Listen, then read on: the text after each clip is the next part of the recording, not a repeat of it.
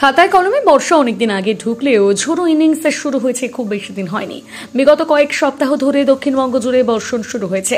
আগামী কয়েকদিন বজায় থাকবে এই আবহাওয়া।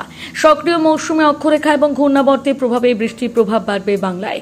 আলিপুর আবহাওয়া দপ্তরের পূর্বাভাস, শুক্রবার দক্ষিণবঙ্গে বৃষ্টির তেমন সম্ভাবনা নেই, তবে শনিবার বিক্ষিপ্তভাবে ভারী বৃষ্টিপাত হতে পারে। পুরুলিয়া, বীরভূম এবং পশ্চিম বর্ধমানে বিক্ষিপ্তভাবে ভারী বর্ষণের সম্ভাবনা রয়েছে। দক্ষিণবঙ্গের পাশাপাশি উত্তরবঙ্গেও তুমুল বৃষ্টি হতে পারে বলে জানানো হয়েছে।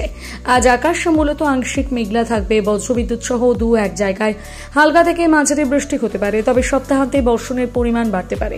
হাওয়া অফিসে জানাচ্ছে, ঘূর্ণাবর্ত এবং সক্রিয় মৌসুমী অক্ষরেখার প্রভাবে বাংলা জুড়ে বর্ষণ হতে পারে। উত্তরের 5টি জেলায় ভারী থেকে অতি ভারী বৃষ্টির পূর্বাভাস রয়েছে। দক্ষিণবঙ্গে এই মুহূর্তে ভারী বৃষ্টির তেমন সম্ভাবনা না থাকলে উত্তরবঙ্গে তুমুল বর্ষণ হতে পারে।